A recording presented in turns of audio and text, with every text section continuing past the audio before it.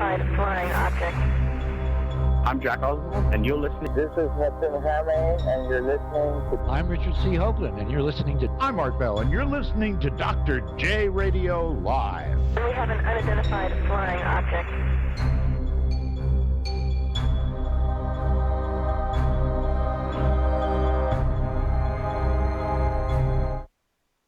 Welcome back to another great 2-hour episode of Dr. J Radio Live. Of course, I'm your host, Dr. J, broadcasting from the City of Angels or City of Demons, depending on who you want to ask. And we are internationally syndicated, starting with our home base late night in the Midlands, along with their terrestrial affiliates. Also in the United States, we have Black Swamp Digital Radio. And in the United Kingdom, we also have Deprogrammed Digital or Deprogrammed Radio Network, along with their terrestrial affiliates in London and Leeds. Now, ladies and gentlemen, I have to tell you how excited I am about today's show, and I would think you too are as excited as I am if you've been paying attention to the promotions. You've obviously noticed through over almost 6 years of this show, except for that 20-month break, we've touched on the topic of Bigfoot or Sasquatch, or some people or certain regions call mountain yetis or yetis, or also the skunk ape is also prevalent in Florida. But we've never actually devoted a 2-hour show to it. And if you all remember last time John Lear was on, he said that Bigfoot is a Martian coming from portals. Well, today we are going to be speaking with literally the leading expert in this topic. He is a professor of anatomy and anthropology from Idaho State University. And of course, that would have to be the one and only Dr. Jeffrey Meldrum. Dr. Meldrum, welcome to the show. Thank you. Pleasure to be here.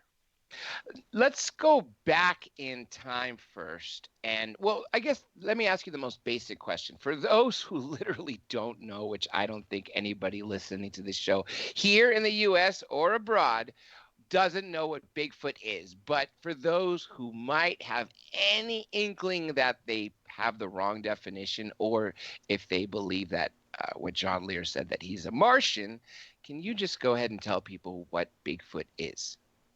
Sure. Well, from my perspective as a biologist, anthropologist, anatomist, it's an unrecognized species of large bipedal primate, some form of hominoid, whether it's a cousin of a great ape or a very early offshoot of our hominin family tree.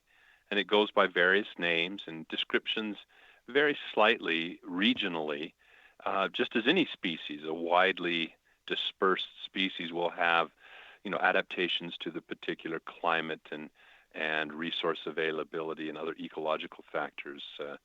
So, they might be a little lankier down in the deep south, or a little bulkier up in the northwest territories of Canada. But nevertheless, I think in North America, at least, we're talking about a single species of an unknown relic hominoid, as I refer to them. Now, I'm glad you brought that up. Cryptozoology has been something that I've always been fascinated with, and I think we as humans would have to be pretty full of ourselves to think that we have literally found every single specimen on this planet. There is life on the bottom of the oceans that we can't get to, that clearly has been unidentified. We still, every year, find, maybe you can give me the accurate number of how many different species of animals, insects, and everything of life that we didn't know existed the year before. And maybe you know that number. Can you tell us if you know it? I don't know. I'm sure it's in the thousands. Quite honestly, my focus, due to limits of time and resources, is pretty narrow on this topic. And as you said, I'm one of a very few academics who kind of got out on the limb to pursue this very openly and actively. So there are a lot of things on my plate. So yeah, the broader questions of cryptozoology, quite honestly, I'm not the best person to ask those questions of. Well, regardless, at least this is a case of cryptozoology, and that's something I appreciate. Before I ask your beginnings, Dr. Meldrum, into this, Do you know throughout your research of when people's or humanity in the history started first recording incidents of running into Bigfoot or seeing tracks that did not fit the size of anything else that was known?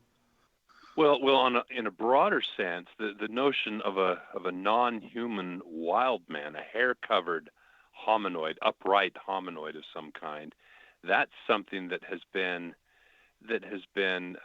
in the human experience since the beginning of our recollection of our history, even our prehistory, most likely, given the fact that now there's ample evidence that Homo sapiens shared the planet with other hominins until at least very recently, as far as the fossil record can be relied upon, but perhaps even right up into the present.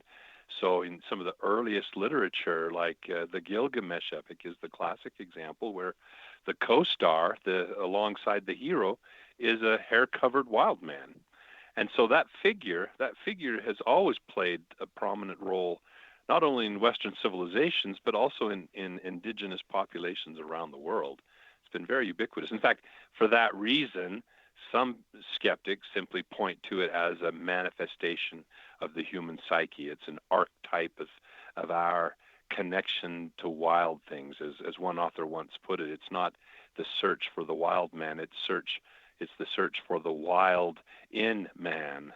And so, there are those dimensions that are worthy of consideration and discussion, but I'm quite confident that behind those legendary aspects and archetypal aspects, there are still very substantial trace and physical evidences of encounters with relic hominoids. And you mentioned gigantic footprints.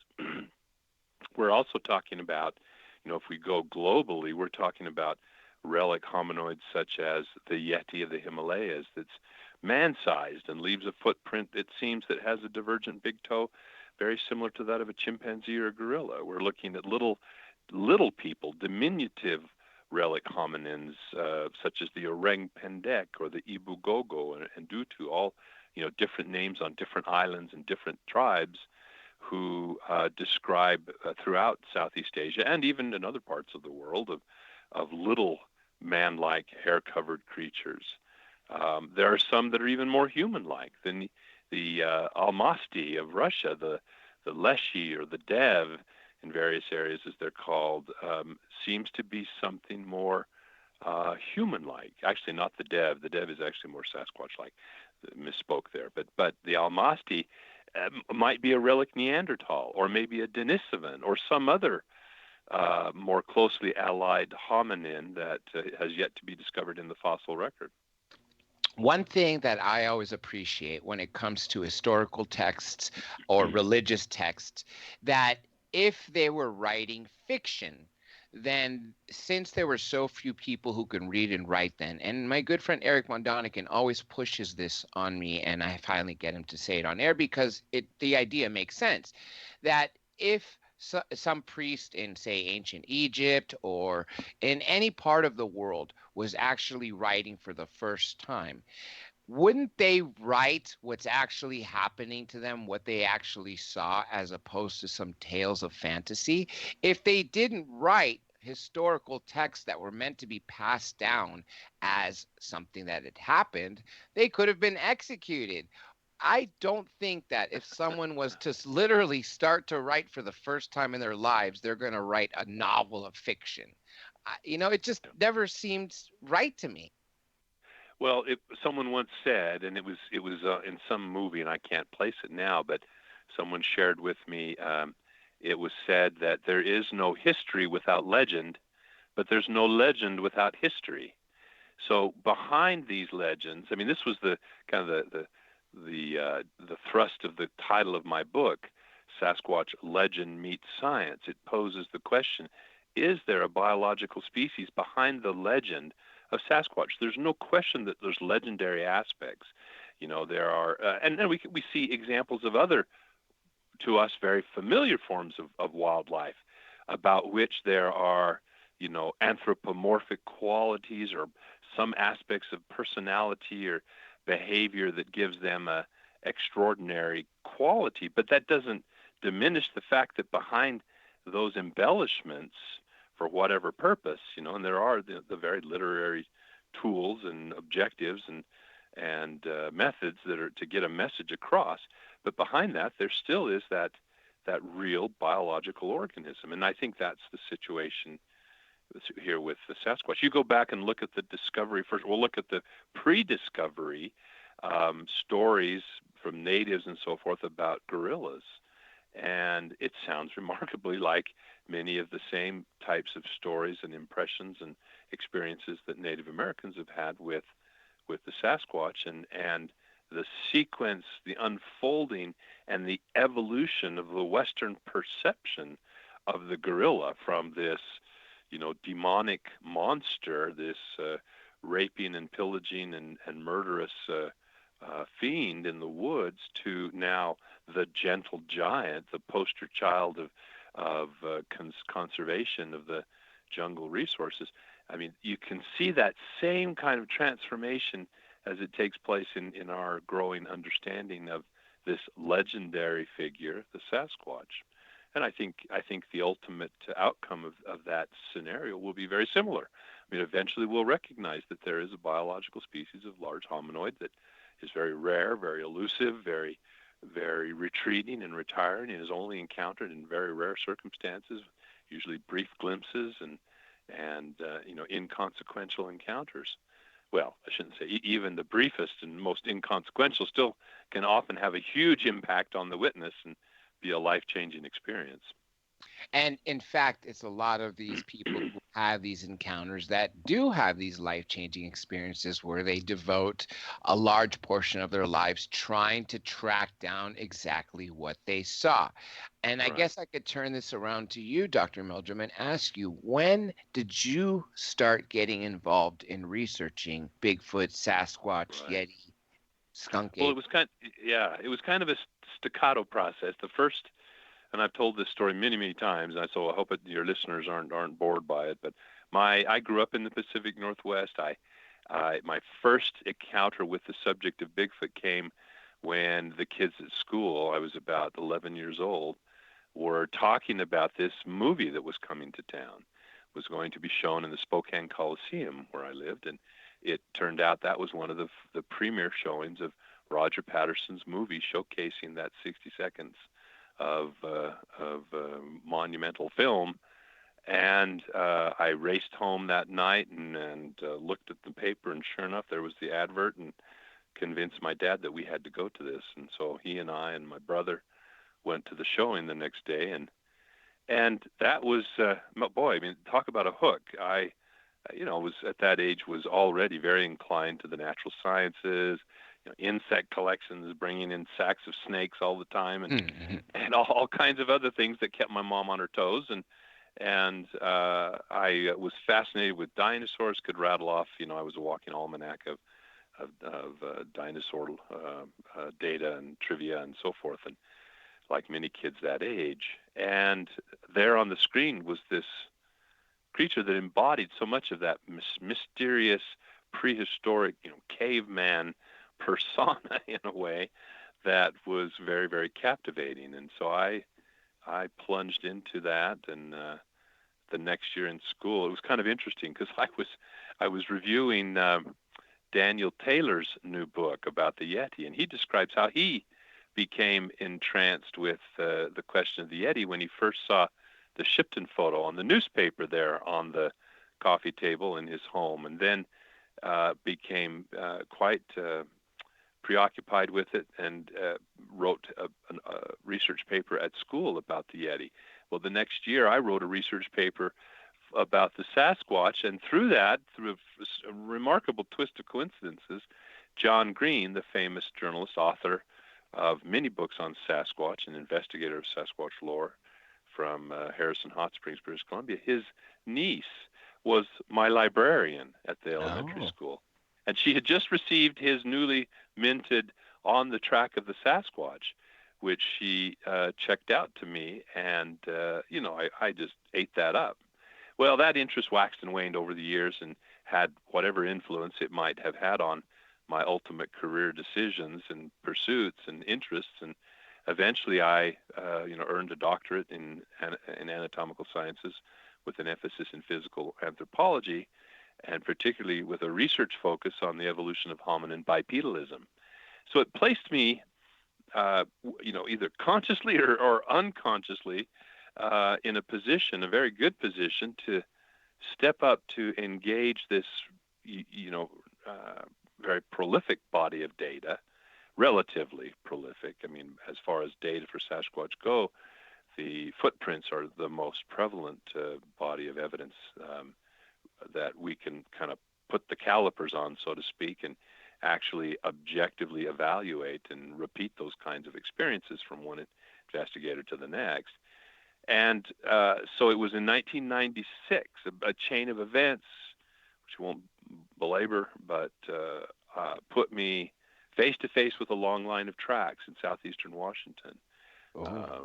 14 and a half, 15-inch tracks that were clear in the mud. There was no ambiguity. I mean, they either were faked, hoaxed by some very clever means, or they were the real deal. And the more I looked at this long line, 35, 45 clear tracks in the mud, I was quite convinced that this was the real thing. And with that instant of realization, the hair literally stood up on the back of my neck as I realized, my gosh, the Sasquatch actually did just walk by here last night.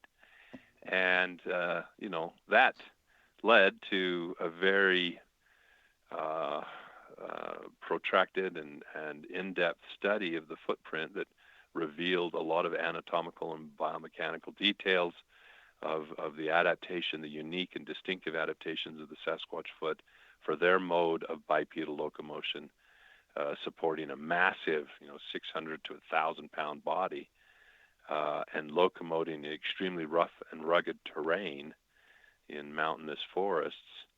And I'm to the point. I'm absolutely convinced. I mean, they're short of, as convinced as I can be, short of having a type specimen, and I'm fully acknowledging that is the conventional standard for establishing the existence of a novel species. But short of that, there is a tremendous amount of data that indicates compellingly, if one has the wherewithal and will take the time and make the effort to evaluate it, it makes an extremely compelling case for the existence of these creatures. And that's where I'm at on this point. There was something I started to ask you right before we went on air, and I told you to save that answer for when we were on. And you actually started to answer it since we've been on, when you were talking about, I don't know how to pronounce it, the one in Russia, the smaller Almasty. Thank you. Almasty, yeah. Mm-hmm. And you mentioned some other, for instance, right, Yeti being smaller. And so I guess this goes back to the question I went right before we went on air was, can you tell people why different regions call unless there's completely different beings, yes, Sasquatch, Bigfoot, Yeti, skunk ape, Almasty, and all the other beings?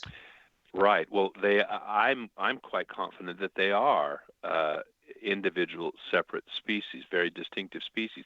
They've all kind of fallen under this rubric of wild men because they're upright and covered with hair, but they don't behave like a human. I mean, they have different distinctive behaviors and abodes and habitat and so forth. But it stands to reason that individual populations with different languages would have distinctive names, but many of them, surprisingly, have common themes. I mean, the wild man of the woods is a very common motif or moniker that pops up over and over and over again. Mountain devils or demons, is sometimes used. The word dev in Russian is referring to the devil. And here in the United States, frequently, there are they're referred to as mountain devils by early explorers or fur trappers and so forth. And many of the native tribes have names that also have a sort of a demonic or spiritual side of it, which is, again, isn't surprising. I mean, these are creatures that oftentimes are encountered at night. They're oftentimes, associated with very spiritual side, their dimension. I mean, that's something that we, I speak figuratively of the we, that Western civilization doesn't always appreciate. I mean, we sometimes make a very stark distinction between this folklore on the one hand and the biology on the other hand. But for many indigenous peoples, they're quite versed in both arenas, but see no distinction, no clear demarcation. It's a seamless spectrum or various facets of one thing, and so they don't split those hairs. They don't make that distinction, and for them that doesn't lessen the reality of it at all. I mean, sometimes there's different perceptions. Gregory Forth is a cultural anthropologist at the University of Alberta, and has written a fantastic book called Images of the Wild Man in Southeast Asia. And he talks about the distinction where in his study of the folklore, there are these elements, these entities that sort of stand out, and they're treated and discussed a little differently than what we would perceive as being wholly folklore, wholly mythical, if you want to use that term. And he refers to these others that sort of stand out more distinctly and are described in terms that are more familiar to the way other forms of wildlife are described as being empirical entities. And so, you always have to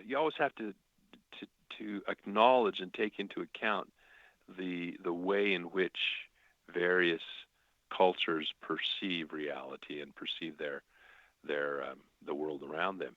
But backing up just a little bit, the distinction of species, the way to perceive this, in my opinion, is that we understand in anthropology now that the way, the pattern and process by which the human species has emerged from the hominin radiation involved a very bushy family tree, not a single file linear progression from more primitive hominins to more advanced hominins culminating in us as the acme of the end all of evolution, but rather we're one branch on a very bushy bush, if you will, a very branchy bush instead of saying a tree, with many parallel species coexisting across the landscape.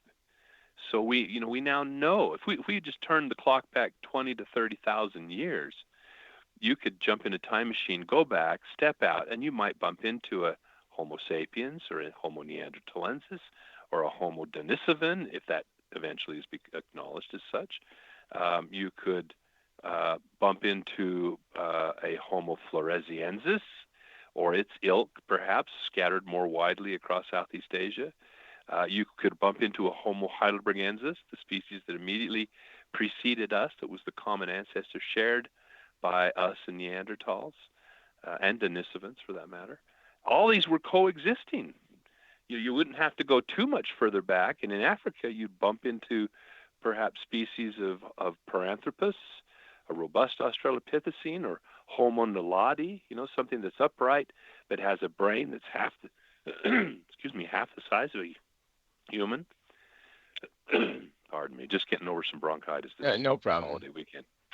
And so it's a very different prehistoric world than would have been imagined just 20 years ago.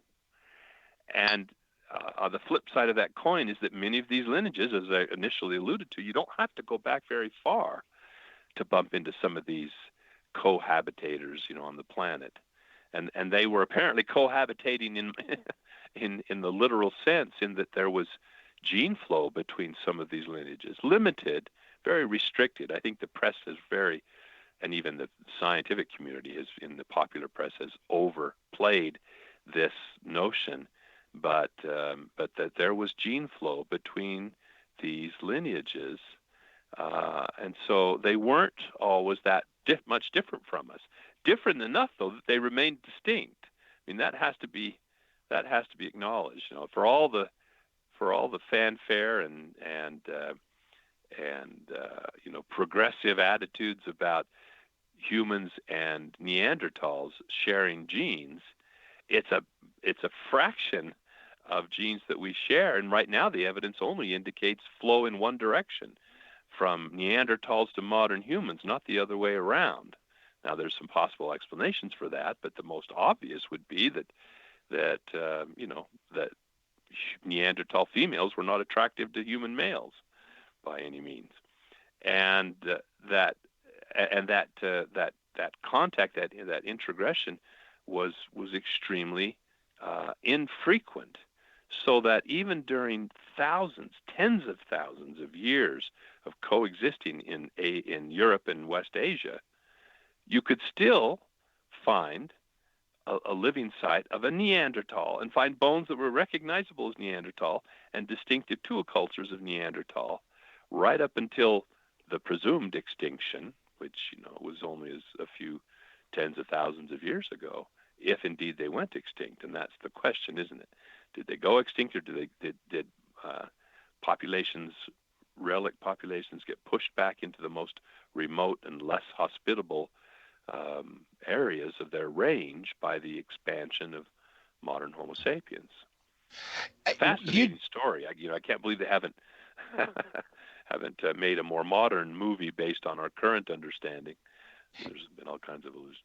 Yeah, I definitely agree with you, and I think that's such a major point that, just like, you know, most people didn't know, I recently learned that there was a period of time, whether it be in Africa or other continents at the time, like you said, 20, 30,000 years ago, where Homo sapiens did in fact live with Neanderthals. It's not that they just died out and evolved into Homo sapiens. They did cross paths. And like you said, there's some instances where they actually, you know, literally habitated together.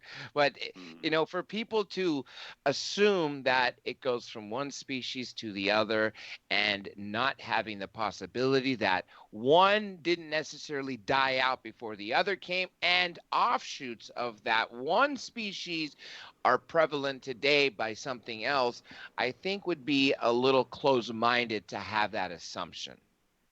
Well, yes, especially in light of the growing evidence of the way that, like I said, the pattern of human evolution. For a colleague of mine to say, not to my face, but by way of an editor, after she had rejected a solicited paper on the Science of Sasquatch, that is, what is the evidence and what do we currently know about Sasquatch?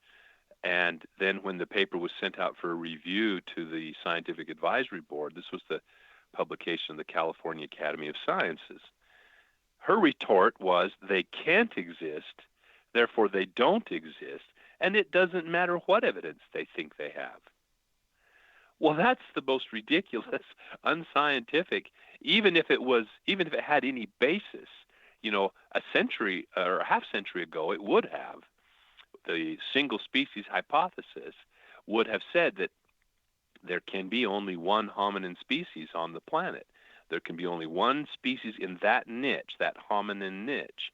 But we have subsequently learned that that's not the case. There are lots of ways to be a hominin, to be a bipedal hominoid, and so you cannot say they can't exist. So the question of is it possible or not possible has been answered, because the fossil record has clearly shown that that's the case. Anthropology has experienced a paradigm shift. Whether all of its adherents are willing to acknowledge that and the implications of that or not is another question. But there is no escaping that there has been a shift from the single species hypothesis to this, you know, multi-species, multi-persistent species hypothesis. And so it's possible. Then the next question is it probable? What's the likelihood that these species exist in this day and age? Well, again, if there was nothing to indicate that that were the case, you might say, well, it's highly improbable then, or we would have discovered such a creature, such a species, or there would have been evidence of such a species. Well, when you turn your back on all the evidence, and say, oh, it doesn't matter what evidence they think they have, then you're not on very solid footing. In light of so much historical and traditional knowledge and contemporary examples of encounters corroborated with footprints, with hair that can't be attributed to common forms of wildlife, primate hair, not fur, but hair. Films, the Patterson-Gimlin film still stands as the benchmark for photographic evidence for Sasquatch. And after 50 years, and with all the advances in technology, I'm as convinced as I can be, short of having stood there on the sandbar and witnessed it myself, that is the real deal.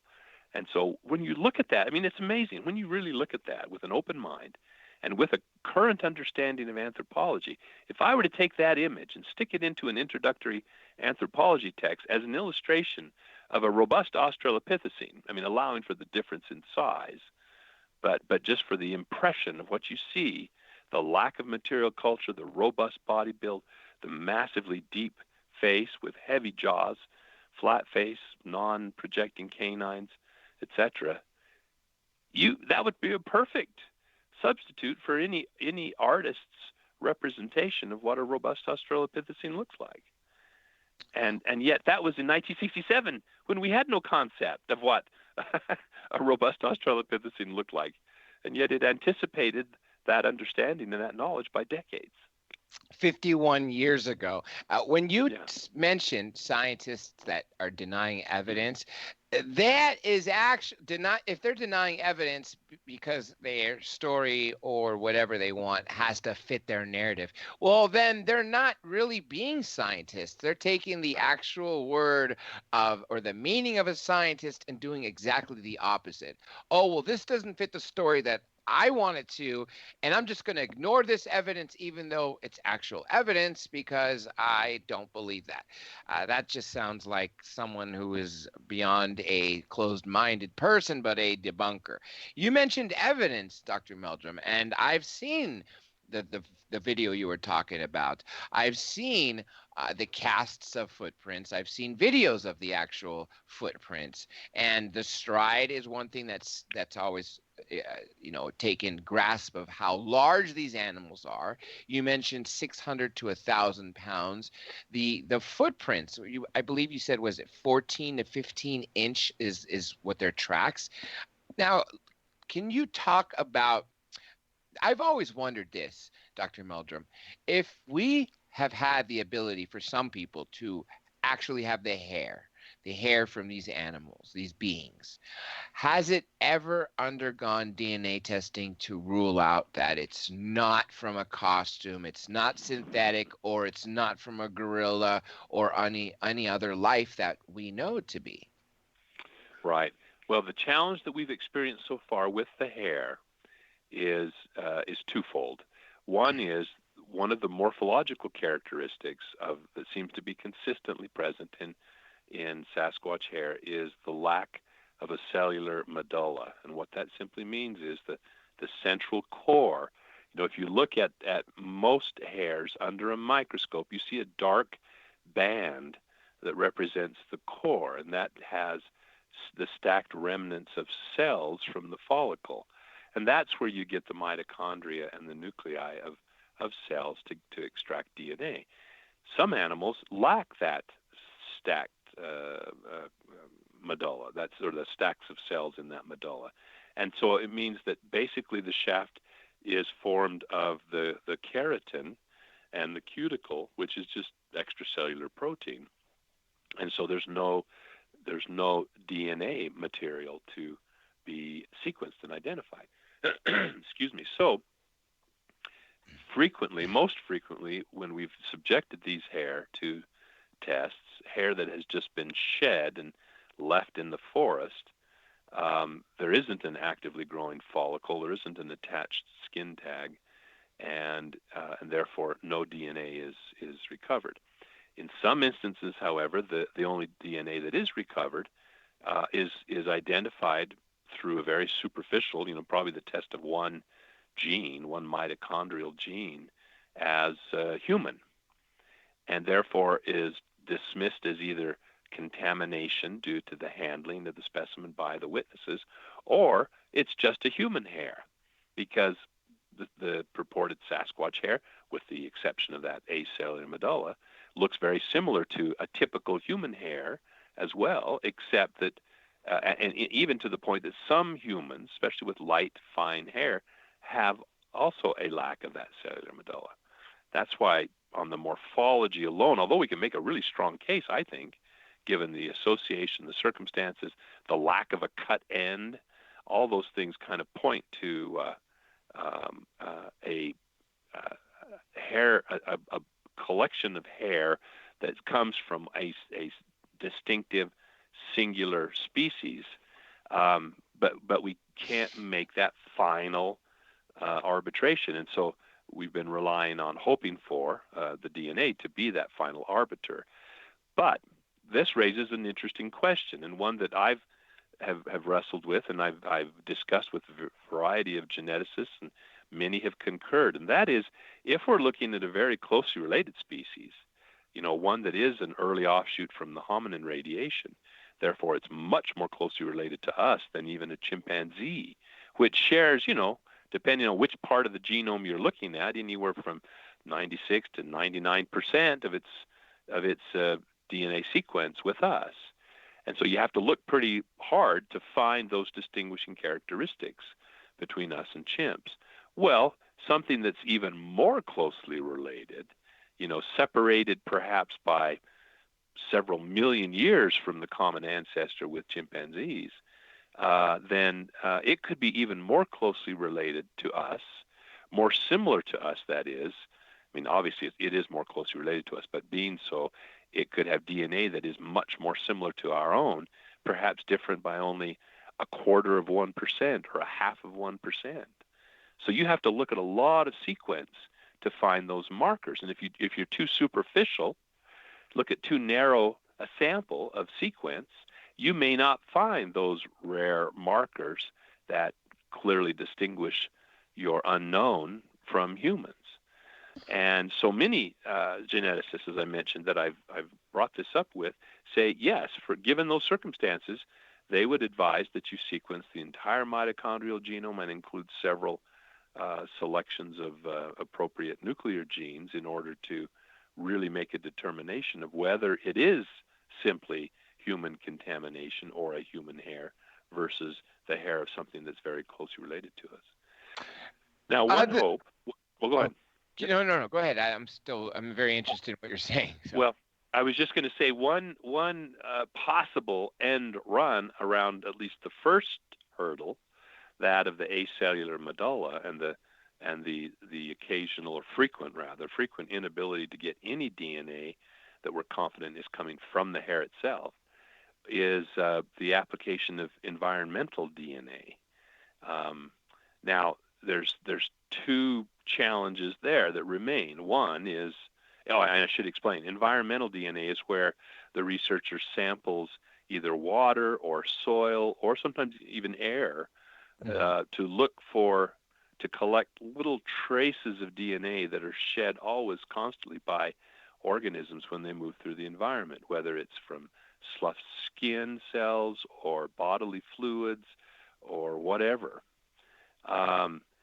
So the two caveats there in that approach are, one, the presumed rarity of this species, the very few individuals out there, and the fact, combine that with the fact that they inhabit wet coniferous forests where it's going to be very inhospitable to the survival of DNA in those samples if they're just exposed out in the forest floor or in a stream bed or whatever. And second, then, is the challenge that even if we are successful in getting DNA of a primate from an eDNA sample in the Pacific Northwest, where there shouldn't be any primates except humans, we may run into that same problem again, where the initial analysis, well, in fact, we already had this experience. We had DNA from the nest sites discovered or investigated by the Olympic project that were discovered by a timber cruiser from a private mill company, logging company. We subjected core samples from the sediments in the nest sites to eDNA analysis, and this is what happened. The only primate DNA that showed up in the sample was identified as human, but it was based on a single mitochondrial gene, 16S ribosomal RNA gene, and while that gene works to distinguish humans from Neanderthals, those distinctions might be unique to Neanderthals, because and we'd have to look at a broader spectrum of other known species to be sure that what we're seeing really is just human contamination, or is it an unknown that's so closely allied to us that we have to look at a lot more data in order to make that distinction. You actually brought up a big piece of evidence that I wanted to talk about, which is nests. And the fact that you mentioned the environmental DNA, I always thought is important because, like you said, testing the water, well, what if it has urine in it that you can match with something that's not ours, or maybe some feces or something like that. One thing that I've noticed, Dr. Meldrum, is that these beings are clearly not pack hunters or pack beings. They're always seen, or the tracks are one. I've never heard of a case of seeing or someone hearing or seeing one that's maybe tagging or a juvenile tagging along with it, sort of thing. I've never ever heard of something like that. Have you ever come across anything like that, or is it the same as I've always perceived? You have? No, we do. We have examples of what are presumed to be females, given the size and narrowness, the gracile outline of the footprint, which very similar to a known female, that is Patty on the Patterson-Gimlin film. So a female footprint in company with that of what are presumed to be dependent offspring. And so there are quite a few examples, actually, of that. And then occasionally there are sightings that would suggest that, maybe a male and a female consort pair, but very rarely and usually not credible, and certainly not substantiated by a track record to back up the claim of, a confab of Sasquatch, where they're getting together for a family reunion or something or whatever to party. I've had individuals who claim to see, like up to 8 or 9 together in one place cavorting around. But of course, there's nothing to substantiate that. And so you're left with just the word and the reliability, the, assessment of the reliability of that witness. So you're right. You raise a very good point, is they seem to be very solitary for the most part in their behavior and very widely dispersed through the environment. So we do find examples of repeat appearances of recognizable individuals, but in a given geographical area where there has been ongoing research and documentation of a footprint record, there usually aren't very many individuals, 3, 4, 5 individuals recognizable amongst the footprints. There's a few good examples of that. Some of the footprints that came from from Northern California back in the 50s through the 60s and early 70s, and also an exceptional footprint record from the Blue Mountains outside of Walla Walla, Washington, due to the remarkably favorable conditions for tracking there, due to the high lust content of the soil and very numerous unimproved roads that make excellent tracking beds, before a gravel bed has been laid down. And as such, recognizable individuals seen repeatedly over, 20, 30-year period. Now, back to different things of evidence, and I'm going to come back to the nest in a bit. I've heard more than one recordings of them howling. First of all, how many cases do you know, or how many different recordings have you actually heard of their calls, or whether they're mating calls or just howling or whatever they're doing?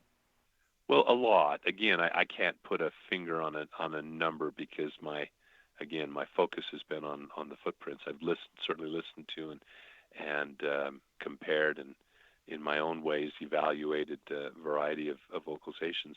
And there seems to be a variety of sounds that are attributed to the Sasquatch. And these range from, you suggest like a mating call or a long call, one that either is to attract a mate or to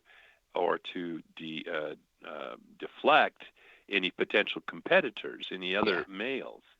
There's also a whole variety of more proximate calls, these whoops and whistles and chatter and chirps and barks and all kinds of things. David Ellis does a fascinating presentation on some of that variety, and one that always amazes me, he shows a video of a baboon in Africa that has that very raucous, very deep, guttural bark sound, and then he plays several recordings from across the United States that are almost indistinguishable, even in the sonographic portrayal or visualization of the vocalization. So they're primate sounds. In other words, they're not. I don't think that's a sound that's attributable to any other form of wildlife that's out there. But a wide variety of vocalizations. You're absolutely right. My question would be, and I would think this would be done, and I know your focus is on, especially with your background in anatomical sciences, anthropology, and biology, focusing on footprints. But I would think that they've used some of these recordings and played them on a speaker in an effort to try to learn them out. Have you been privy to any of those experiments? Oh, sure. We've done back one of my first expeditions where we experimented with a variety of techniques. And this was pretty early on. I mean, this was back, let's see, when would it have been? In about 97, 98. I mean, not that early as far. I mean, there are people out there, I'm sure, some that might be listening that go clear back to the 70s and we're rubbing shoulders with the original Four Horsemen and all that. But at a time when game cameras were not readily available, we were experimenting with remote triggered cameras where we had to actually use trip lines, fine wired trip lines, or lasers that would constantly be interrupted by debris falling from the trees in the breeze, stuff like that. We were using vocalizations, a variety of type, and including human vocalizations that we thought would be of interest. So, for example, we had recordings of children playing in the playground, just the chatter and laughter and raucous sound of kids playing. We even had a recording of one of my children crying. When he was nursing, I had the tape recorder there handy, and I would pull him away from his mother's breast, and he would let out that plaintive cry, and we recorded and amplified that and used that as a possible attractant, since there have been anecdotes and some observations that female Sasquatch, or any Sasquatch for that matter, might find human infants interesting, either invoking their maternal instincts or as a dinner call, since even in some areas the Native Americans describe these creatures as the eater of children, which is a very possible primate behavior. We also used the sounds of other great apes, the rambunctious sounds of chimpanzees interacting, and the kind of chortle, the very satisfied kind of almost a purring, grunting sound that gorillas make, but greatly amplified, in hopes that this was all a shot in the dark. we didn't know what the reactions would be, but we had some interesting interlopers in camp on a couple of occasions that rifled through backpacks and stole food from the cache and brushed against tents and vocalized and clacked their teeth and did other things and left 16-inch footprints to boot.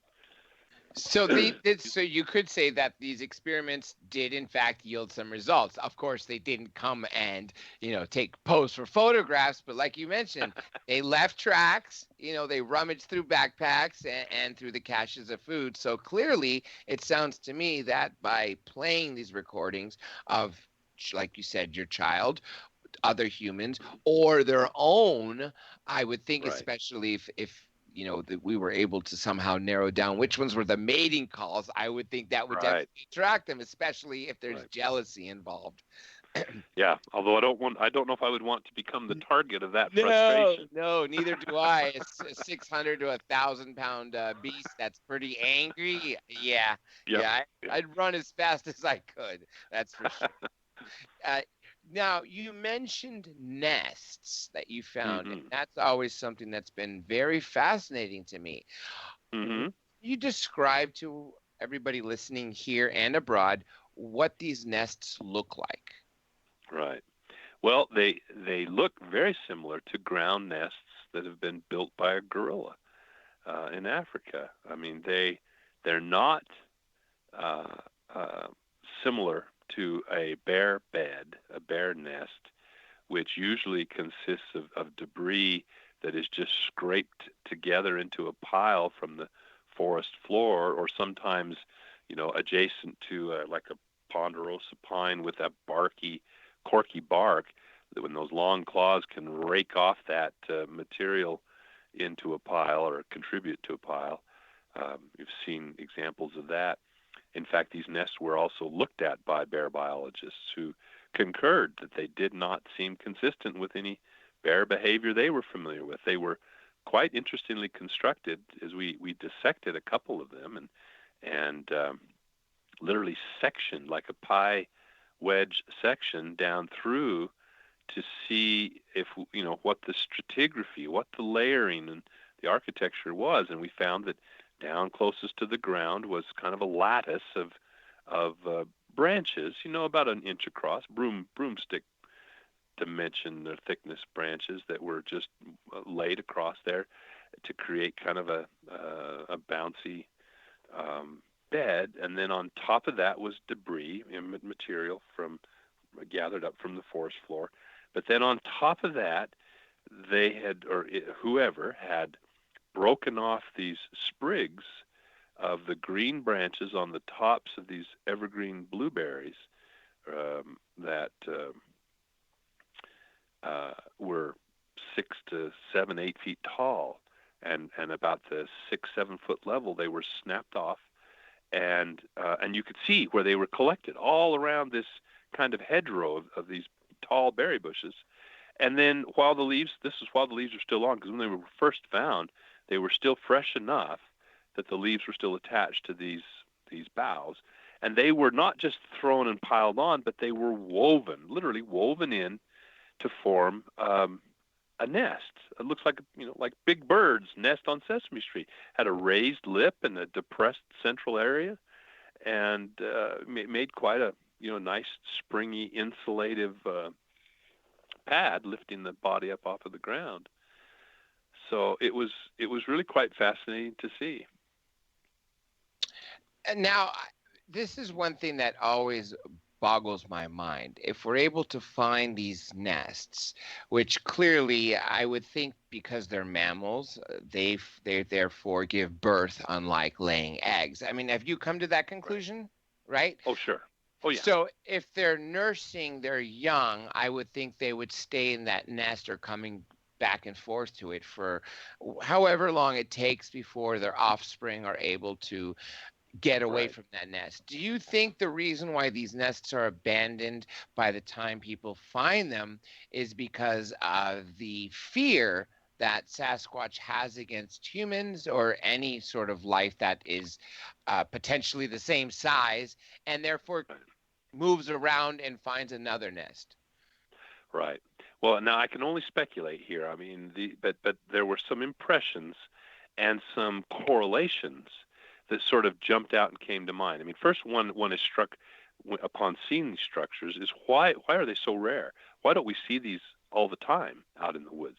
If a Sasquatch makes one of these on a regular basis to sleep in, like a chimpanzee or gorilla makes a nest every night, then why don't we see them? It's not like the tropical rainforest where the rate of growth and turnover of the foliage is such that it kind of erases all those traces very, very rapidly.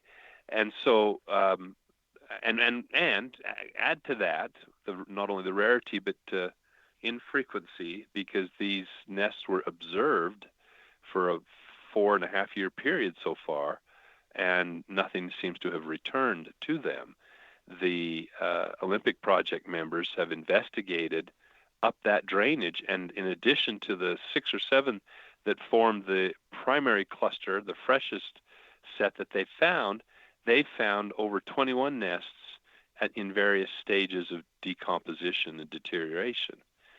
So there must be something at this particular area, a combination of, whether it's that the very productive berry crop or the salmon that are in the stream down below, and they have established that salmon do spawn up that stream in the fall, late summer and fall sometime.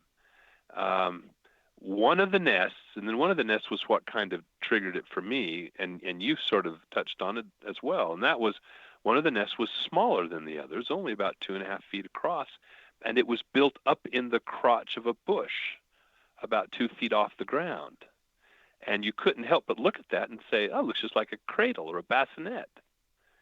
And so that was the one thought that I had, was maybe these nests, given their rarity and infrequency, and that nothing has returned back to them, maybe they are constructed under special circumstances. And what could that be? Well, maybe it's a birthing event. And a birthing event in an animal like this, a large-bodied hominoid, it's not an annual occurrence, I'm going to suggest or offer. If we can extrapolate, if it is a large-bodied hominoid, then it's going to share characteristics with other large-bodied hominoids. And take orangutans, for example. Orangutan females only give birth every 6 to 9 years. So in their lifetime, they only have 2 or 3 offspring, during their reproduction. Well, if even that. So, they're not going to reach sexual maturation until their early teens, probably. And then they only live, an orangutan would only live to be 45 to probably 55 years in the wild. And so you can see that they may only give birth to 3 or 4 individuals, 2 or 3, 4 individuals, depending on a number of circumstances. But the point is that Sasquatch probably also are very reproducing infrequently, or giving birth infrequently.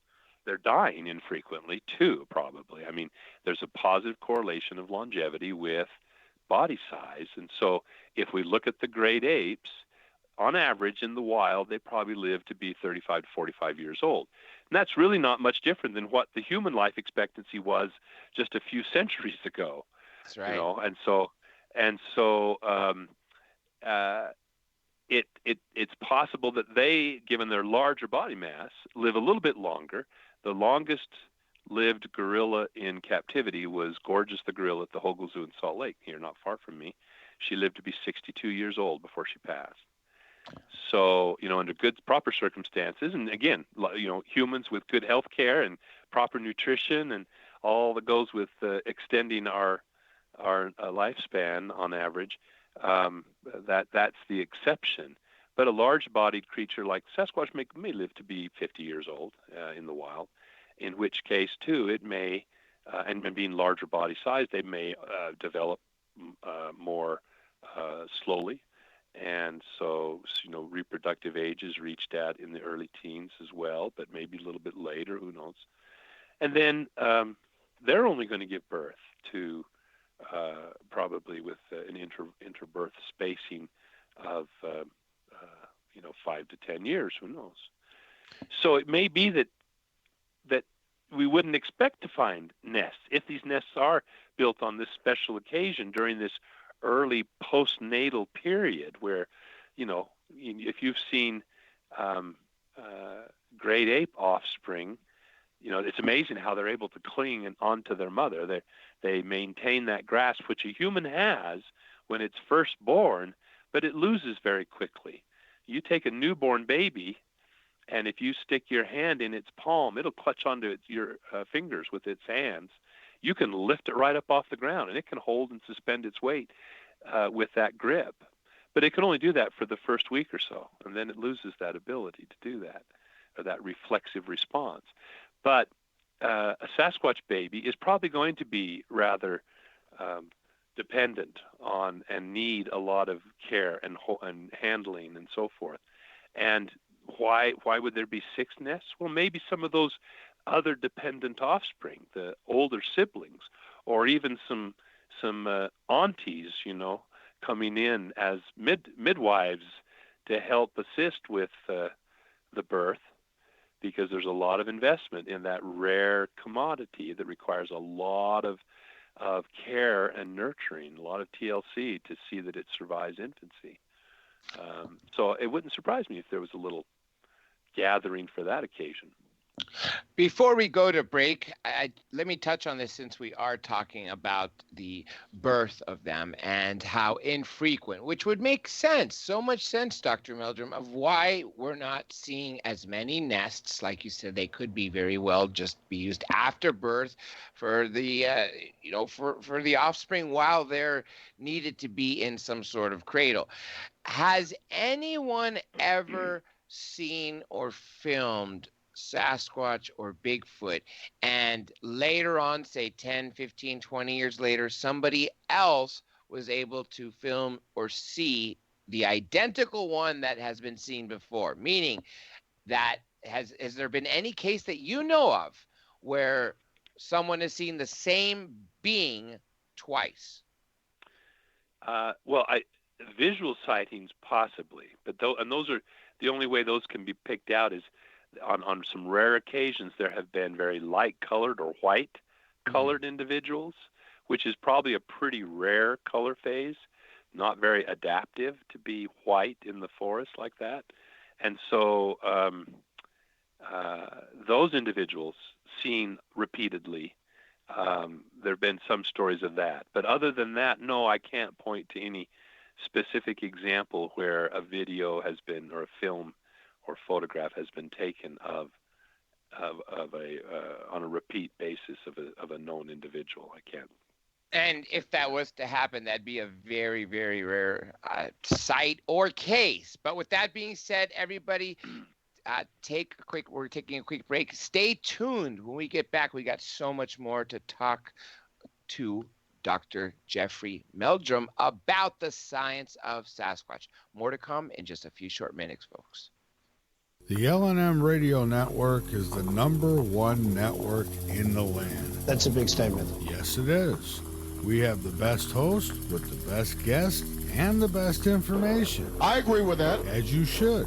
L&M is surrounded by some of the top names in the business. Of course. And now you can take advantage by advertising on our station and or shows, or just sponsoring a specific show. Really? So go to our website, www.lnmradionetwork.com, and see for yourself what we have to offer. And then contact us at sales@lnmradionetwork.com, or see our contact info on our website, www.lnmradionetwork.com. To the believer, the evidence is overwhelming. To the skeptic, there will never be enough. Hello, everyone. This is Kevin Malik. And this is Jennifer Celsi-Malik. And we're your hosts, Paravirtual Universe, live every Friday at 2 p.m. Pacific, 5 p.m. Eastern, 10 p.m. Grand Meridian in the UK. And Saturday mornings in Australia, here on the Late Night and Midlands Radio Network. We invite you to join us as we check out the mysteries found within the 8 categories of the unknown and unexplained. Join us as we interview the top minds in the prospective fields as they share theories and information regarding these unsolved mysteries. Brought to you by the Northern Wisconsin Paranormal Society Limited. So for excellent talk radio, check out Paraversal Universe, where all paranormal perspectives apply, Fridays on LNM. Tired of the third dimension? Then tune into the Empowered Lightworker as we look at the incredible changes happening on this planet now. I'm author and channeler Caroline Oceana Ryan. Join me as I speak with authors, musicians, psychics, shamans, ET experiencers, people with insights that take us out of the illusions of everyday life and into new dimensions. Join us for the Empowered Lightworker, Tuesdays at 12 p.m. Pacific, 3 p.m. Eastern. You're on lnmradionetwork.com in Studio B.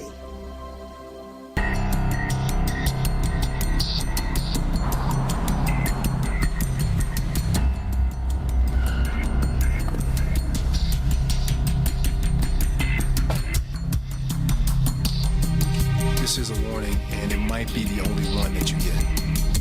For those who don't mind leaving the world unchanged, this is not for you. But for those who want something more, for those who wonder what it feels like to make a difference, this warning is for you. There is a profession where you work with the most volatile, explosive medium known to man. A career where challenging the status quo is part of your daily to-do list. A line of work where you leave those you love to struggle, fight, and conquer. The future hangs in the balance.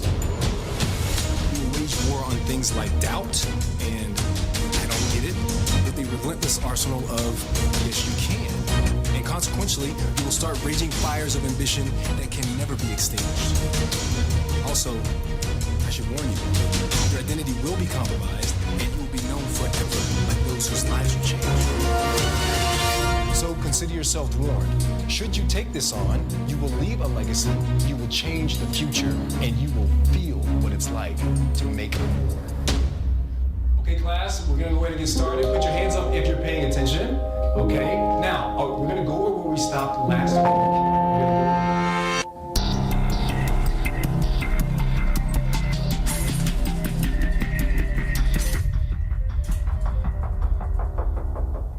First time I tried Vicodin, it was laying around my mom's house. And I kept taking them whenever I could get them. I didn't know they'd be this addictive. I didn't know how far I'd go to get more.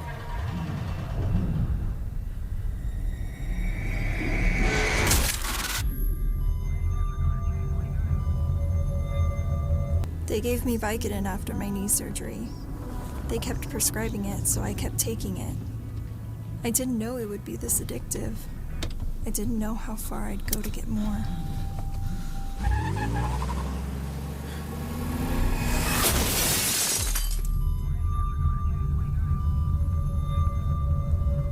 Opioid dependence can happen after just 5 days. Know the truth, spread the truth. In your face, all over the place. We're online 24/7. 24/7. You're listening to the hottest station. All right, welcome back to the second hour of Dr. J Radio Live. I'm your host, Dr. J. As you know, I'm broadcasting from the City of Angels or City of Demons, depending on who you want to ask. And you do know this from the beginning of the show, that we are internationally syndicated. If you happen to catch us late, well, then you might have missed the opening of who our guest is, but clearly you obviously been hearing on the topic of what we've been speaking about, the science of Sasquatch. We've been speaking to Dr. Jeffrey Meldrum, who's a professor of anatomical sciences, anthropology, and biology from Idaho State University. And we were talking about some pieces of evidence that were found right before the show, right before the break leading up to the second half. And one of the things that I wanted to pick back up on, Dr. Meldrum, is we talked about the recordings. We talked about the fact that they're solitary. And now my next question for you is something very, I guess, speculative. If you were to guess what the population is of Sasquatch in a given region, say the Pacific Northwest, what would you just guess it to be? Because obviously it has to be so low with all the factors of how few little births they give, of how, and how few the sightings are. Right. And leading into that, and to connect from what you asked, or we discussed right before the break, when you were asking about repeat appearances in films of recognizable individuals, I did want to add, it occurred to me that, and it's significant, that there are examples of repeat appearances of recognizable individuals in the footprint record. Because when I first got involved with this, one of the things that occurred to me was, if they're as rare as we're discussing, then when individuals are seen or encountered in a given geographical area, the odds of it being one of those few individuals seen repeatedly should be pretty high. So I started looking for examples. No one had really done that. I mean, there's been a few allusions to some in some of the writings of John Green and others, but I started looking for very specific examples and started finding example after example where you could see a clearly distinguishable individual based on the size and proportion of the footprints, the conformation of the toes, things that made it very clear that it was the same individual, seen over and over and over, and often with remarkable degrees of variation in the toe position and animation of the footprint that, would rule out that it was simply a hoaxer with the same carved pair of wooden feet, trotting them out to make footprints over and over a period of time. And some of these suggest, the residence of a particular recognizable individual in a given area for 10 to 20 years, with discoveries of their footprints by independently by different investigators or witnesses. So leading into, with that theme of rarity, how many? Well, I think it's far fewer than most people would immediately guess. In the entire North America, I would put it at just several thousand. In the Pacific Northwest, well, just take my state of Idaho, for example. We could do the same thing for Washington or Oregon. But to illustrate this, when I'm discussing this in a presentation, I'll show a satellite map of the state, and we'll consider the landforms and the forest cover. How much of this constitutes habitat that has sufficient cover and shelter in the form of mountainous forests? And then look, and I think John Green was actually the first to draw attention to the fact that there's a high correlation between credible reports and precipitation levels. Areas that have 16, 18 inches or more precipitation have productive enough forest habitats with a rich understory that there are the resources that can support a large omnivore. And that bridges to another interesting correlation that has been identified in the literature, in the published literature even, that there's a high correlation, it seems, between reports of Bigfoot and habitat of black bears across the United States. So if the habitat is sufficiently productive to support a black bear population, chances are it could perhaps support a Sasquatch. Then how would you, we talked a little bit about the fact that they're very solitary, and we've made some allusions maybe to their social structure with birthing and events and so forth. The most reasonable analogy, I think, can be drawn to the orangutan again, which has a social structure called the noyu. That's where a male defends a territory. Instead of defending a harem, he defends a territory and keeps interlopers at bay. And that territory encompasses the ranges of several females. And in the case of the orangutans, when the females are receptive, as infrequently as that may be, they seek out then the dominant male, the most robust, successful male who's capable of defending the territory, and thereby illustrates his virility, his health, his ability to father successful offspring. Anyway, so if we look at that and combine it with another little piece of data that has been suggested by a couple of separate independent investigators based on patterns, analysis of patterns of encounters, reports, footprints, and sightings, they've suggested a home range on the order of about 1,000 square miles.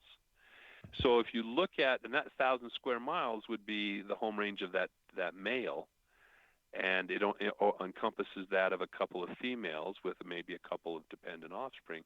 So just for easy math, let's say 5 individuals in that 1,000 square miles. How many 1,000 square miles can you fit across the map in those areas with sufficient rainfall and forest cover, and that corresponds to black bear distribution? So, and in Idaho, you can only come up with about 12 to 15, depending on how you slice it. Now, this is just ballpark, obviously, because there's a lot of texture in as far as the topography and patchiness of the habitat, and et cetera, et cetera.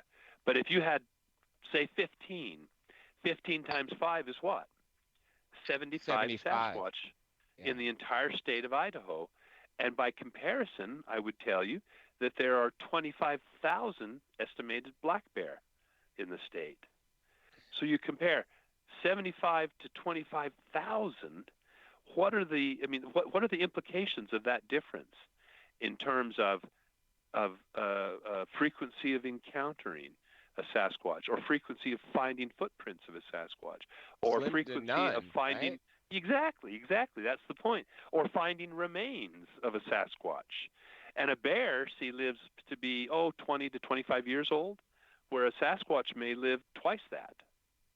And so that you stretch out those probabilities even further than that 100-fold difference in the actual population, because there isn't the level of turnover that you see in the black bear population, the rate of turnover, by comparison to the Sasquatch population. So, the point, and again, I emphasize, these are, when I do my presentation, I call them conversations.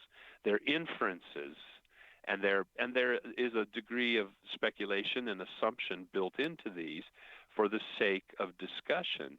But I think, even if you double, even if I'm off by 100%, instead of 75, there's 150 Sasquatch. Still, 150 compared to 25,000? Do you see it? So I think that we're in the ballpark, and when you start to realize that common denominator to so many questions, how can they stay so elusive? How come we haven't found a body? How come this? How come that? Well, when you start to think how rare they really are, and then of course the criticism that comes back is, well, but you have to have enough to sustain the population. You have to have a minimum viable population. That's a very nebulous concept, and it's very dependent on the genetic makeup of the population. The reason you have to have a minimum number is to, the principal thing is to avoid inbreeding depression. That is, the same reason we have, incest taboo. You don't want close relatives who may be bearing harmful recessive genes to get together where those recessive genes will show up in a homozygous recessive individual and cause all sorts of problems potentially. And if a population is harboring a lot of recessive genes, harmful recessive genes, then you need more so that your chances of finding a mate that doesn't have those same recessive genes is high enough that the population stays viable. Well, that can only be determined for a species by extensive genetic testing, both in the field and the laboratory, and for most species we don't really know. One example where they have looked very carefully was the mountain gorillas, which went through a remarkable bottleneck of only less than 200 individuals. And yet they've bounced back now with protection and better stewardship, and now there's in excess of 1,000. They show no evidence of inbreeding depression. And in fact, their genome seems to indicate, as was concluded by the investigators, to have adapted to endure or to tolerate low population numbers very, very handily. They just don't have that genetic load of inbreeding depression. So the point being, if you look in the literature, a typical figure for vertebrate species, and that's a wide range, is anywhere from 500 to 1,000 individuals constitutes a theoretical or hypothetical, rather, minimum viable population as a rule of thumb. Well, we can easily meet that if we have 150, say, go more liberal, 150 in Idaho. If you do the same exercise for Washington, it's actually surprising. People forget that half of Washington looks like southern Idaho. It's sagebrush steppe on the leeward side of the Cascades. So the numbers for Washington aren't that much different. So you have 150 in Idaho, 150 in Washington, 150 in Oregon. So what are we up to? 450. Another, give it another 150 or 200. So we're up to 650 in Northern California. And of course, there are Sasquatch in other states in the Intermountain West. And then we've got Canada up the Rockies. So the western United States, so west of the Great Plains, for example, through the Rocky Mountains and over to the Pacific Northwest, we can easily come up with about probably 2,000 to 3,000. And that's not even including the boreal forests of Canada and down around the Great Lakes and down the backside of the Appalachia into the deep south and back up around the Four Corners area of Texas, Arkansas, Louisiana, Oklahoma. There you're up to now probably 3,000 to 4,000 in North America. That's enough for a population that reproduces very infrequently, doesn't have to get together very, very frequently to reproduce, and has a lot of investment, probably a high or low mortality, low infant mortality to sustain a population. So it's all within the scope of, again, as you pointed out in the introduction, within the scope of biology. We don't really have to resort to extraordinary paranormal explanations if that's the motivation. If your motivation is, well, there must be something going on, otherwise we'd find skeletons, we'd find bodies, we'd be bumping into them. How do they avoid us tracking them or finding them? Well, I mean, it's when you consider it from this point of view of the demographics and population, ecology, it's not so extraordinary at all. We have 2 questions from listeners. Let me make sure, see if there's more than that so far. Okay, this has gone back a few minutes, again, let me just ask them. Okay, this is from Jack Keller. Do Bigfoot bury their dead, and has there ever been a mass sighting of Bigfoots? Right. Well, we addressed the mass sighting. I've had 1 or 2 individuals who have laid claim to seeing multiple individuals together, but they were, not entirely credible accounts. I mean, or at least, let me back off that. They could not substantiate their claim. So not that the individuals were not themselves credible, but I couldn't take them. I had no reason to take them simply at their word, because they could offer nothing to substantiate that claim. As far as burying the dead, I think it's not likely because they are, as we've discussed, rather solitary. Yes. And for them, and burial of the dead is something that didn't emerge in human evolution until very, very late. Even some of the claims of Neanderthal intentional burials, beyond pushing the corpse that's starting to stink into the crevice and covering it with some dirt because it's too hard, it's too cold to take it outside, and the ground's frozen, with permafrost basically. I think that an animal that is quite solitary, that is long-lived, that has no natural predators, that dies a natural death, animals with those characteristics would tend to secrete themselves when they get old and decrepit and sickly. They'll secrete themselves off into some out-of-the-way nook or cranny. Where do elephants go? The old proverbial elephant graveyard. Well, they go off out of the way, but then they're quickly processed by the decomposers and the scavengers. And I show my students when we talk about taphonomy and the preservation, what happens to bodies after they're dead. I show them a remarkable video, and anyone can find it if you just Google online it or other examples where they placed a time-lapse camera on an elephant in Africa that had been killed by poachers, and they just wanted to demonstrate. And in about 2 weeks, that entire 2-pound elephant or 2-ton elephant was gone. There wasn't even a grease spot in the dirt. Every bone, every bit and scrap had been carted off by insects or scavengers or bacterial action, maggots, everything. And so if nature is that efficient, you're dealing with a half-ton Sasquatch corpse or less. Once the decomposers and scavengers have had their way, anything that's left that is exposed to the elements, typically Sasquatch habitat is wet coniferous forests, which have notoriously acidic soils. In the Pacific Northwest, you have the addition of volcanic soils that tend to increase the acidity of the soil. And so bone does not survive well in those conditions. If we find bone, it's going to be in stream beds or lake sediments, or more likely having been carted into a limestone cave by a porcupine or other scavenger pack rat and preserved and fossilized in the alkaline environment of a limestone cave. Before I read the next question, this actually, you just sort of answered my main question that I was going to have, one of several, about skeletal remains.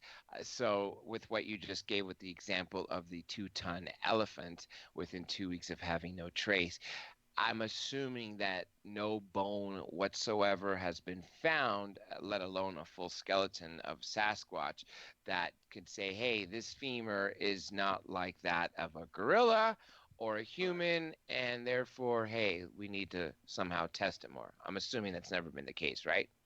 That hasn't been the case. There was one tooth found that Michael Rugg down at the Discovery Center in Felton, California had, that I have to admit was remarkably similar to, in size and shape, to a premolar of Gigantopithecus. But it was worn down to the point that there was almost no other distinguishing characteristics. And unfortunately, the specimen was submitted for DNA analysis and didn't survive that process, unfortunately. So I do have a resin cast of it, replica of it, but anyway, there have been some claims. There were some instances where I was hopeful that what these discoverers had found was potentially a large primate, but in every instance so far, it's turned out to be not the case. Let me try to get as much as I can in the next 20 minutes before we have to narrow it down to make sure we have enough time to plug in your stuff. Let me get to this next one. This is from Adam Keene. I'm just going to read it. He says, I would like his thoughts on this. Native American lore suggests Bigfoot are interdimensional beings, and they can pop in and out, which is why they're so hard to spot. Right. Well, quite honestly, I don't have, although I've had lots of firsthand experience with Native Americans, that perspective has not been shared with me as one that is deeply entrenched and universal by any means. I mean, other than imbuing various paranormal qualities to an otherwise normal species. I mean, all of nature in Native American lore have various qualities and aspects and personalities, but I don't think that that is, unless it's just not being shared with me, which is very possibly the case. So no. And was there a second half of that? No. It was just about the Native American lore suggests that they're interdimensional beings that can pop in and out, which is why they're so hard to spot. But also, what you were just saying earlier, there's so many other reasons why they're so hard to spot. They're solitary. There's so few of them. All these reasons. Now, let me turn to technology, because you mentioned earlier that you use tripwires and lasers, but now with the advent of the ability to have the camera pretty much anywhere and having a smartphone that will, send whatever's happening to wherever you want and record. Have people undertaken experiments that have spent enough money and enough time to literally put up cameras? And I mean, I couldn't imagine how much it would cost to cover a huge forest, like you said, 1,000 square miles, but to try to cover every nook and cranny to sort of not only capture them, but where they came from and where they emerged to. Do you know if there's anything like that being planned?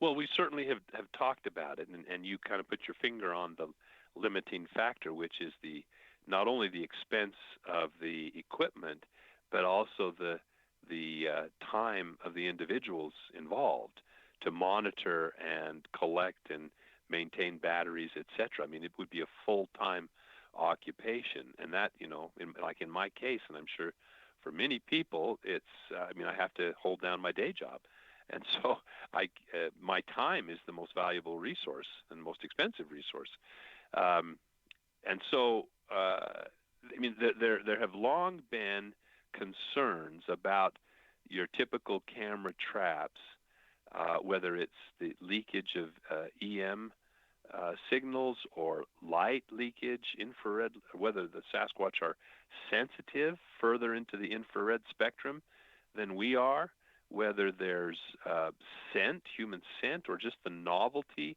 of an object placed in their path. It's like if someone stuck a package on your front porch, you would notice it, because you'd walk by there every single day. And not that they walk by that spot every single day, but there's certainly much more familiar and attuned, I think, to the landmarks and features of their home terrain than even we are passing through on repeated occasions. So you've got that problem, and certainly there are things that have advances in technology that might address that. There have also been studies that have demonstrated quite clearly that some animals, like coyotes and cougars, for example, actively avoid camera traps in some instances, not in all. We've got some beautiful pictures of both of those species, and so it's not complete. But then you raise the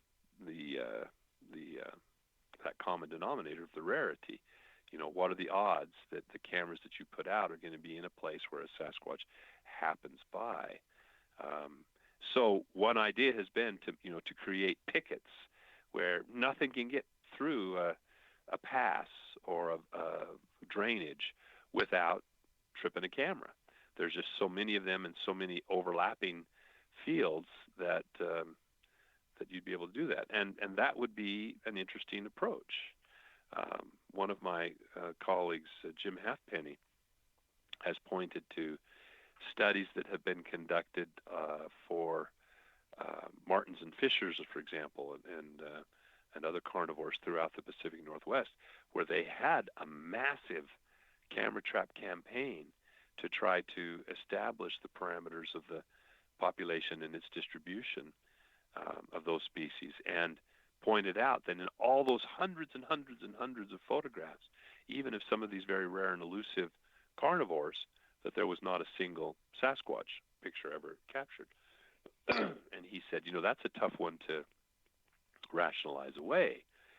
But I think that there are all these other factors that we've talked about that come to bear that might still make it less likely for a very even rarer, perhaps, Sasquatch to be captured on camera. You mentioned smartphones. There was a fellow who had a site called Facebook Find Bigfoot, where he invited people to submit their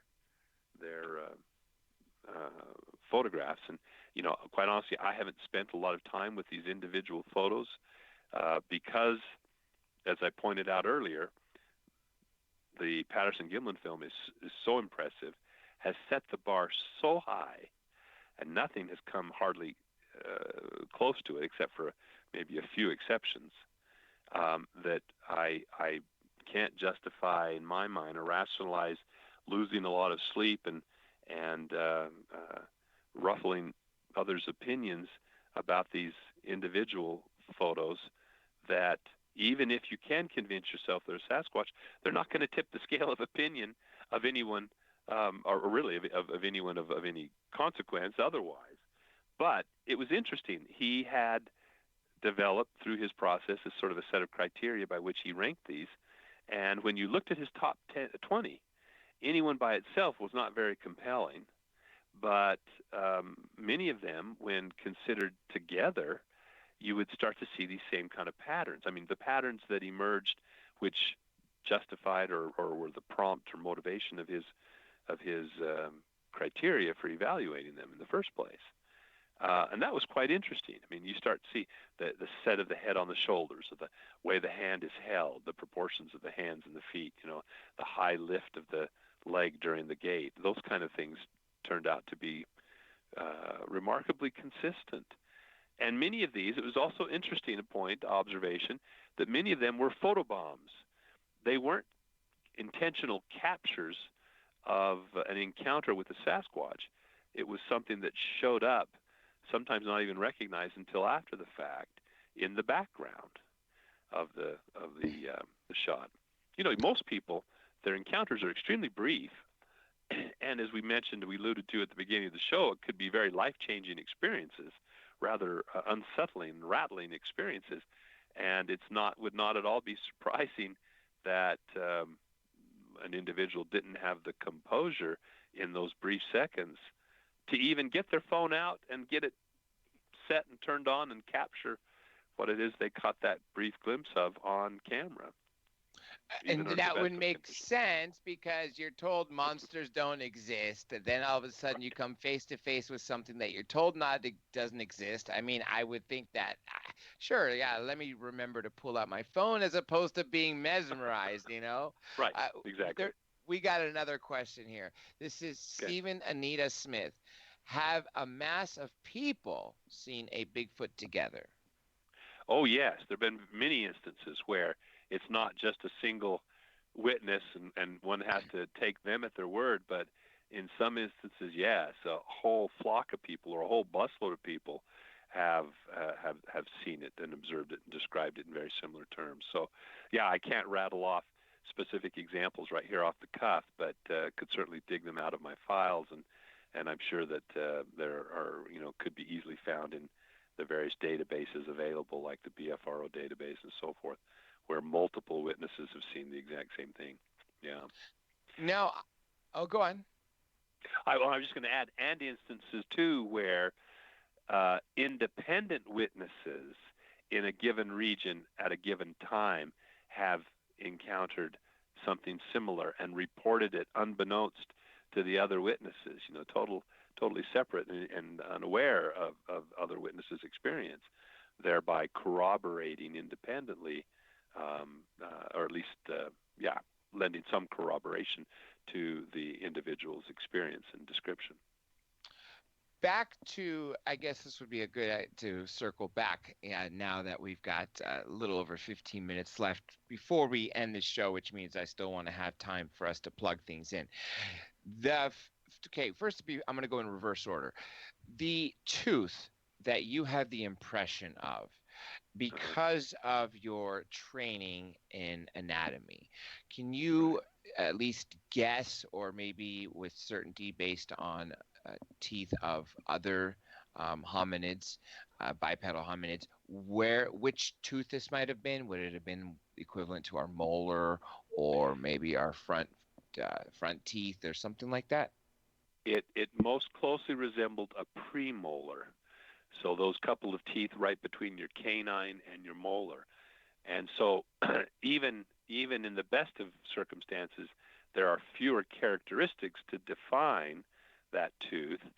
But when it's worn down to where the crown is almost flat and, the enamel is worn away and the dentin is showing through, it makes it a bit problematic to make a diagnosis of a new species on the basis of that single tooth. Plus the fact then that the original, unfortunately, was destroyed in the process of extracting DNA from it, that it crumbled when they tried to get, material out of the pulp cavity because there was so little of the crown intact. That would, it's not, unfortunately, I couldn't take that and say, hey, I'm going to make a careful description and comparison of this, and on that basis, I'm going to, propose the recognition of a new species. For one thing, the type specimen doesn't exist anymore. We just have the cast, and you just don't have enough diagnosis on the basis of that very worn tooth to make that. But it's remarkable that, of all the things that I would compare it to, that are out there, from bear to ungulate to whatever, when I held it up to the jaw of Gigantopithecus, that famous jaw that Grover used in the creation of his reconstruction of the entire skull, it when placed up next to one of those premolars, the outline of the crown was almost identical in size and shape. I'm going to spend the next 10 minutes on footprints, and of course, unless there's anything else you want to mention, by all means.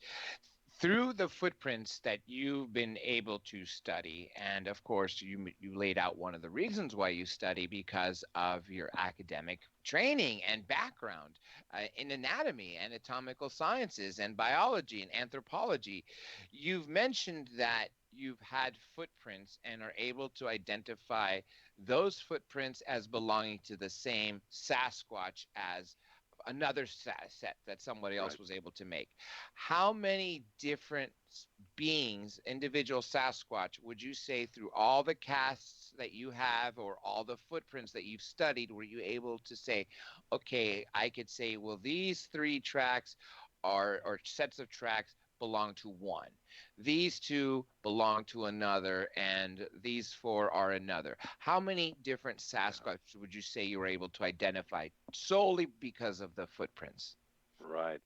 That's a really good question. That's something I really should do. It's not something I've done across the entire sample, but take, for example, the track record, which is probably one of the more extensive ones, from the blues outside of Walla Walla, which consisted of the tracks that were cast by Paul Freeman, Wes Summerlin, Bill Lowry, and a couple of other people that investigated that area. There was probably one big adult. Grover referred to him as Stud, I think it was, but he was a big individual with about a 17-inch, 18-inch footprint. There were probably, 3 or 4. I mean, it really kind of feeds right back into that pattern that I was describing for the orangutan Noyu. There were probably 3 or 4 in the range of 14 to 15 inches in length. And then there were a couple that were much smaller, but still very broad. I mean, there was no question that they were non-human, in probably the 8 to 10-inch range. And even a set of infant footprints that were associated with one of Paul Freeman's films that measure about 4.5 to 5 inches in length, and that female infant pair had been seen on a couple of occasions besides the video that Paul shot of the footprints, and actually captured a glimpse of what is presumably the female. So yeah, that kind of, like I said, I haven't done it across the entire Western United States to try to narrow down how many individuals. Have you gone to investigate skunk ape in Florida or Yeti, which I believe is in near Mount Everest? Maybe you can tell me what countries are near it. Right, I have been to Florida a couple of times, and I've examined a lot of material that has come from there. And there have been some examples that are quite compelling, that quite consistent. There's a lot of stuff that's not. Let's just put it that way. So I'm quite convinced that the skunk ape is, it's just a moniker for Florida Sasquatch, and that it doesn't differ significantly. Maybe a little smaller, a little leaner, just like if you compared a black bear in the high mountains of Northern California or Alaska with a black bear in the deep south. They're a little longer limbed, a little lankier, not so bulky, in order to disperse heat better, and they don't have to hibernate down there, and so forth. So as far as the Yeti, I have not, as though it's on my bucket list, my wish list, to go to Nepal or Bhutan at some time in the future, but I have been able to examine footprints from those regions as well that are attributed to the Yeti, which but also something that might be the Sasquatch form, whether it's the Zute, as has been suggested, at the larger form, although many have dismissed that as simply referring to the brown bear, the Himalayan brown bear. But Josh Gates returned from one exploit there with a track that was remarkably consistent with the Sasquatch track. In fact, it was amazing. Even though it looks kind of different, it's a very splayed foot. Broad foot, or the footprint, let's say, is very splayed with the toes spread out widely. I just turned and, when we could compare it to your kind of archetypical Sasquatch track, which it seemed to be more distinct from, but I reached in my drawer. I pulled out one variant example of an individual we have multiple footprints of, by the way, and the toes were splayed in a very similar fashion, and they were remarkably similar in not only in shape and proportion, but in posture of the toes. So I think there, and we could talk about the Asian distribution of Sasquatch-like creatures that are almost certainly the origin of the North American Sasquatch, which came from Asia across the Bering Land Bridge. But elsewhere, the footprints look much more, as I mentioned earlier, hominoid-like, or pongid-like, I should say, with a divergent big toe, and more ape-like, let's just say, make it easier to for your listeners. That would suggest that these species, which almost certainly inhabit the forests, the high forested valleys of the Himalayas, not the snowfields above, up in the Alpine, but are simply, their tracks are found crossing those high treeless passes in the snow, but they probably are still very arboreal and have that divergent big toe, much like a gorilla or chimp, as an adaptation for tree climbing. It doesn't surprise me that they would be seen bipedally or leave bipedal tracks in the snow, because I've witnessed gorillas and chimps, like at the Hogle Zoo in Salt Lake in the winter, when they go out in their enclosures, oftentimes they tend to stand up on their hind legs much more because they don't like to put their hands in the cold snow. No. Simple as that. A couple questions I have for you before I start asking for your websites and books. And we mentioned the skunk ape. A lot of people talk about this horrendous smell that emanates from the skunk ape. This is again speculation, and that's what I'm leading up to the question that you could correct me if I'm wrong. I've always wondered if it's possibly because of the landscape of Florida being full of swamps, and hence maybe if they are near the swamps, we'll somehow get that smell. Or have you ever had a case or any of the Sasquatch here in the western United States, northwest United States, that people have said has that same type of smell, that very unique, pungent smell? Right. Yes. And potentially yes to both questions in one degree or another. John Green, who had collected lots and lots of data and numerous reports, said that only 10% of eyewitnesses ever mention a noticeable smell, a bad odor. And so it's not a constant. And whether that percentage applies to the reports from the state of Florida in a similar fashion or not, I can't say for certain. But my suspicion is that is that is the case, but the name has just stuck because of some rather pungent encounters. Now, maybe the conditions in a wetter environment, a more humid environment, might lead to more discernible body odor. But my suspicion is that they don't smell like this all the time. I mean, unless they have rolled in something or gotten in something or are just wet and smell like, a wet ape. I think that it is an odor that is produced when they're anxious or frightened or intimidating. Again, if we make analogy to other great apes and humans, we have apocrine sweat glands, those that produce the very viscous sweat that is much more odoriferous when the bacterial action gets going on it, as opposed to the eccrine sweat glands that produce the very watery sweat, which is used for evaporative cooling. And we have those eccrine sweat glands everywhere, from our scalp, to the soles of our feet. But the sebaceous, much more sebaceous apocrine glands are concentrated in our face, around our mouth and nose, under our arms, across our chest, down our back, in our groin and anal regions. And that's the odor-producing sweat, the sweat that you exude when you're nervous, not when, if you're the type that sweats when you're nervous before giving a talk, your whole shirt isn't soaking wet. It's under your arms, right? That's right. Because right. that's the glands that are stimulated by that anxiety. Well, these glands, which are less developed in humans, are much more extensive. The apocrine glands, not the eccrine sweat glands. Chimps and gorillas don't sweat as proficiently as we do for thermal regulation. That's a human trait.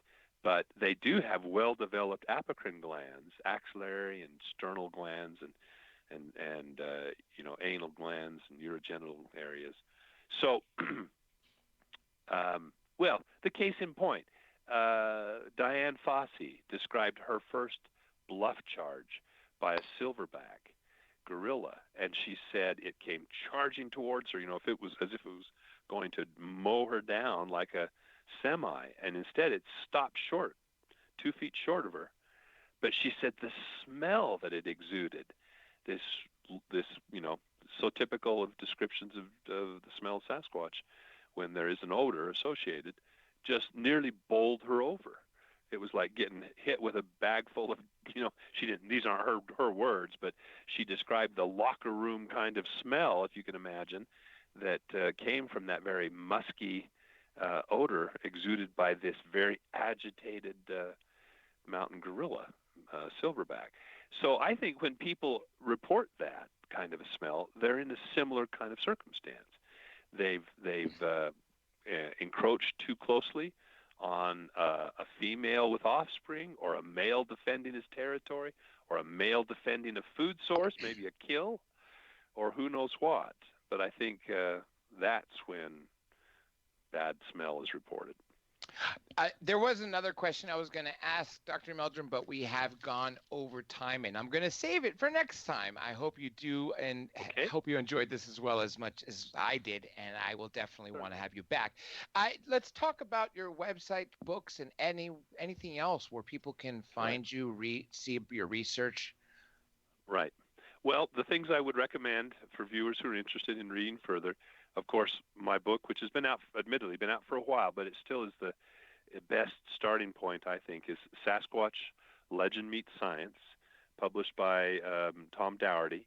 It can be had on Amazon.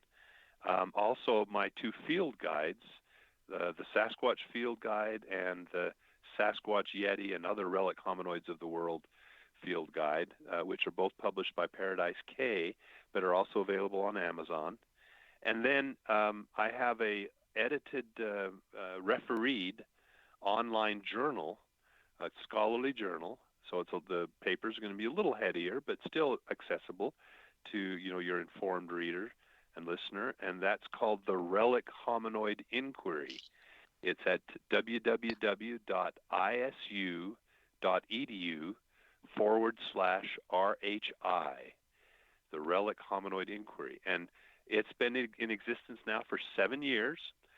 Obviously it's a specialized, narrow focus, and so each volume has about 100 to 150 pages of text and figures for research papers, book reviews, commentaries, essays, news items, obituaries, and so forth.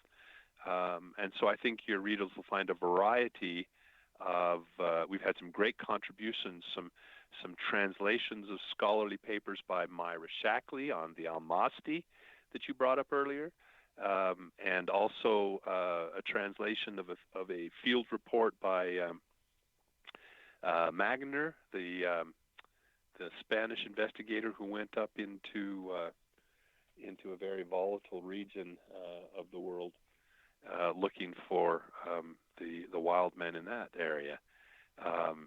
You'll find a variety of things, insights into some of the recent publications, like, as I mentioned earlier, Daniel Taylor's book about the Yeti, or Brian Sykes' book, and it's a great place to go to get perspective and commentary on those items. And everybody remember that all the information is in the biography of Dr. Jeffrey Meldrum on my site. And remember, folks, the only thing you need to remember with regards to the show is the name of it, Dr. J Radio Live. That is DRJ Radio Live. Every social media account, I don't have time to go into all of them, is at DRJ Radio Live.